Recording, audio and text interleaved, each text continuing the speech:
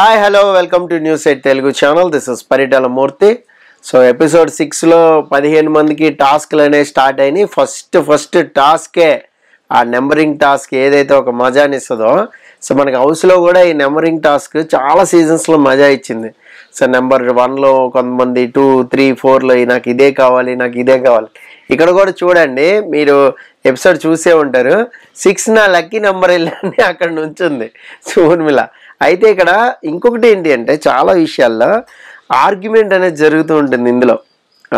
ఏదైతే నెంబరింగ్ దాంట్లో నాకు ఇది కావాలి, నాకు ఇది కావాలి, అక్కడ హౌస్లోకి వెళ్ళిన తర్వాత ఆ నెంబర్ పొజిషన్ అనేది ఆడియన్స్ డిసైడ్ చేస్తారు. So no need to fight. ఇది చెప్పుకోవచ్చు మనం లాస్ట్లో ఉన్న. ఇప్పుడు కొంతమంది అప్పుడు మీకు చాలామంది ఆర్గ్యుమెంట్ చేసేటప్పుడు అనేవాళ్ళు, ఓకే నీ దృష్టిలో నేను 7 అంతే కదా, బట్ ఆడియన్స్ దృష్టిలో నెంబర్ 1 ఉంటానేమో, ఓకే డన్ అని వెళ్ళేవాళ్ళు. సో ఇక్కడే ఏంటంటే చాలా మటుకు వాళ్ళ పర్ఫార్మెన్స్లు ఏమైతే ఉన్నాయో దాన్ని బట్టి ఆర్గ్యూ చేయాలి. ఇక్కడ 2-3 మాత్రమే అలా ఆర్గ్యుమెంట్ చేశారు. అంటే ఫస్ట్ నుంచి ఫ్రమ్ ది బిగినింగ్ నుంచి, షో బిగినింగ్ నుంచి మీరు ఎలా ఆడారు ఏంటి, మీకు ఎందుకు ఆ నెంబర్ ఇవ్వాలి ఏంటి అనేది మాట్లాడారు.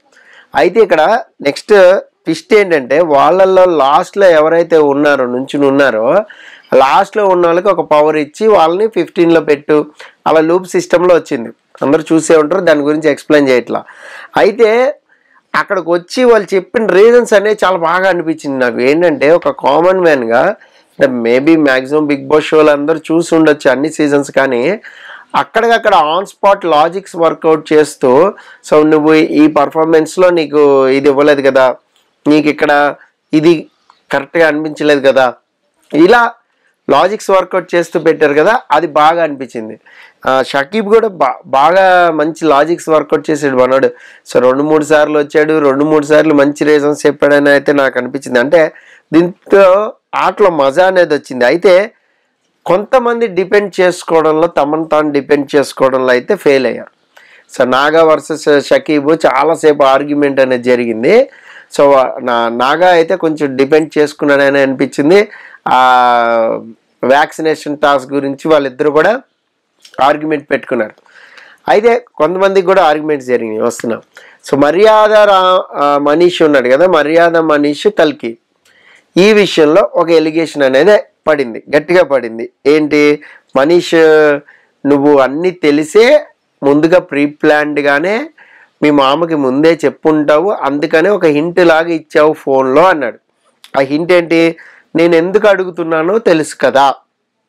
అయితే నేను ఎపిసోడ్ వెనక్కి వెళ్ళి చూసా, నేను ఎందుకు అడుగుతున్నానో తెలుసు కదా అనేది మనకి టెలికాస్ట్ చేయలేదు. సో మొత్తం ఫస్ట్ నుంచి చూసా.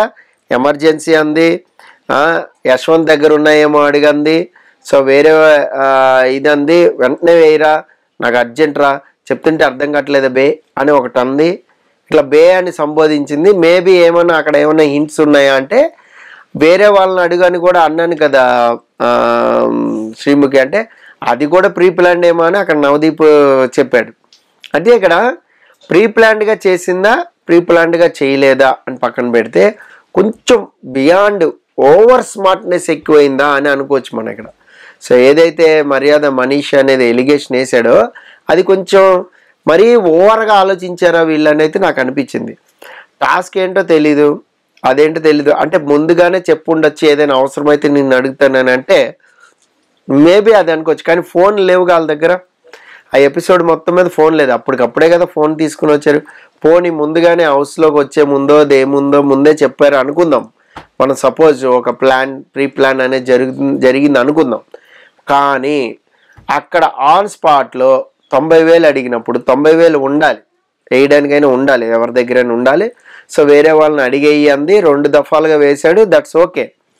అయితే ఏమన్నా హింట్ ఇచ్చిందా లేదా అనేది నాకైతే అనిపించలా.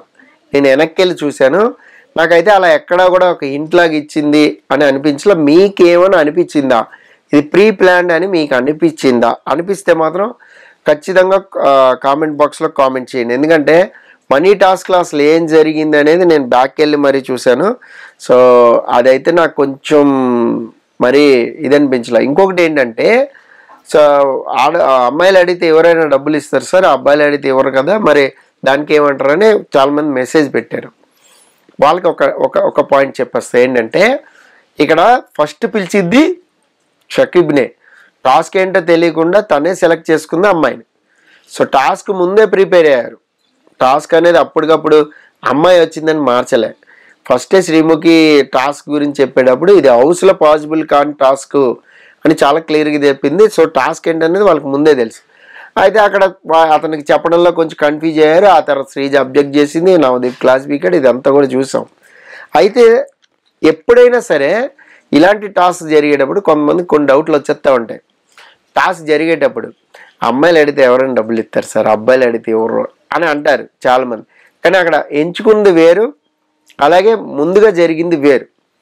సో శ్రీముఖి ముందుగానే టాస్క్ని డిజైన్ చేసింది, షకీబే ఎంచుకున్నాడు. ఫస్ట్ ఎవరు బయటికి వెళ్తారు అంటే నేనే వెళ్తాను మనోడు. సో తనే వెళ్ళాడు. అది కూడా మీరు నోటీస్ చేయాలి. అంటే ఫ్రమ్ ది బిగినింగ్ నుంచి ఎండ్ వరకు చూస్తే ఇలాంటి డౌట్లు రావన్నమాట. సో నేనైతే వెళ్ళాను, మరి కల్కి అయితే హింట్ ఇచ్చినట్టు నాకు ఎక్కడ అనిపించలే. వాళ్ళ మామకి ఏది మర్యాద మనీష్ ఎలిగేషన్ వేసింది అయితే నేను అంత కన్సిడర్ చేయట్లా. మీకేమనిపించింది అనేది కామెంట్ బాక్స్లో మస్ట్గా కామెంట్ చేయండి.